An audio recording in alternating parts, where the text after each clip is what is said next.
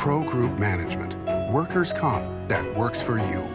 This is 7 at 7 from the Las Vegas Review-Journal. Happy Hump Day, everyone. I'm Jen Ah. Thanks for joining us on 7 at 7, streaming on Twitter. We're starting off with business news tonight, sponsored by Bank of Nevada, Bank on Accountability. A firm based out of Arizona is venturing into Las Vegas as the housing market continues to accelerate.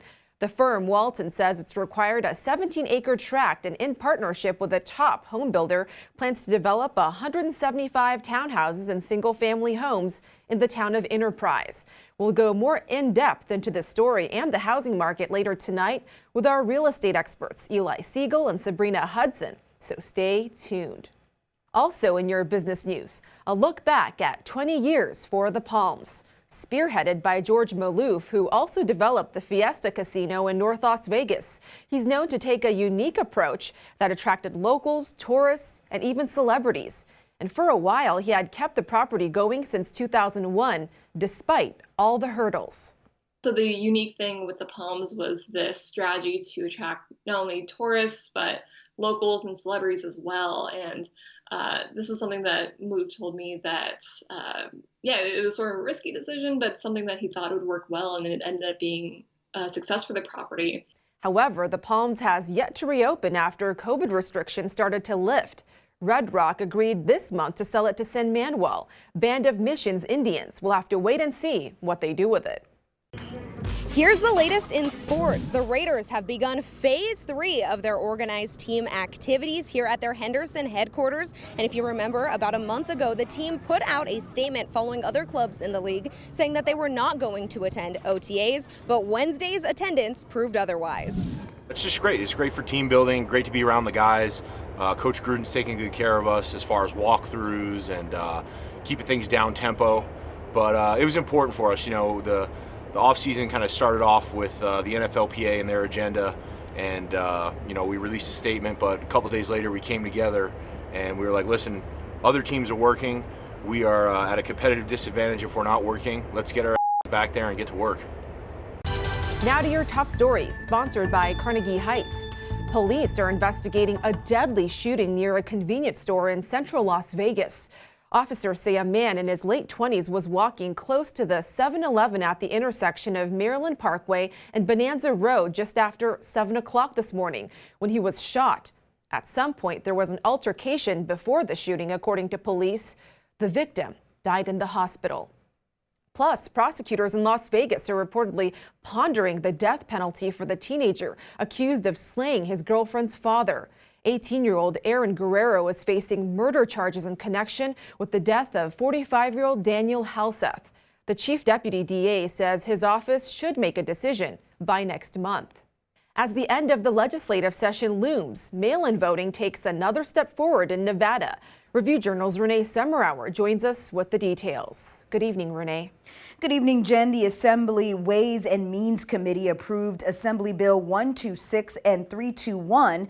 AB 321 is the Democrat-backed bill to make universal mail-in voting permanent in Nevada. AB 126 would do away with Nevada's caucus system, which since 1981 has been used to determine each major party's presidential nominee.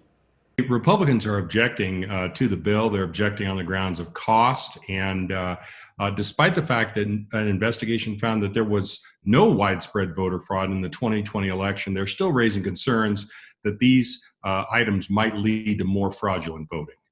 Permanently implementing the mail-in vote structure will cost the state about $12 million over the next 2 years, and ditching the caucus structure could cost about $5.2 million. Both bills are now headed back to the full assembly for a vote. Jen? Now to your weather, sponsored by 1 Hour Air. No matter the season, no matter the reason, 1 hour is here for you. Check out the first total lunar eclipse in more than 2 years.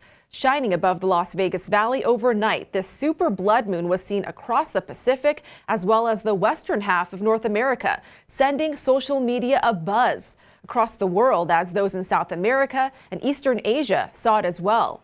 In Las Vegas, the moon reportedly shone at 1:47 a.m., peaked at 4:18 a.m., and ended at 5:35 a.m. Now look at your forecast. Temps should dip down to the low 70s here in the valley.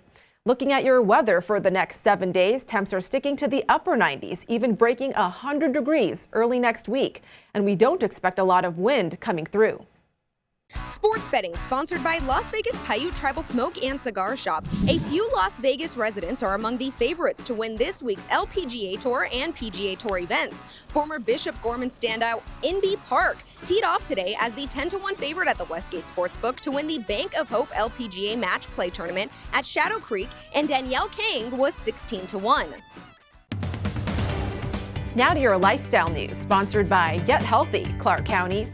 If you happen to pass the gateway to the Nellis Air Force Base, you'll be greeted by a colorful new sculpture. The 130-foot sculpture was unveiled earlier this week, called Absolute Ceiling, for the highest altitude at which an aircraft can sustain level flight. Plus, if you've been vaccinated, you can get free fries with your burger at Shake Shack through June 12th. Just make sure to bring your vaccination card. Now to your health news, sponsored by 4M Dental. Love your smile again. Speaking of free goodies for getting vaccinated, how about a movie in the park?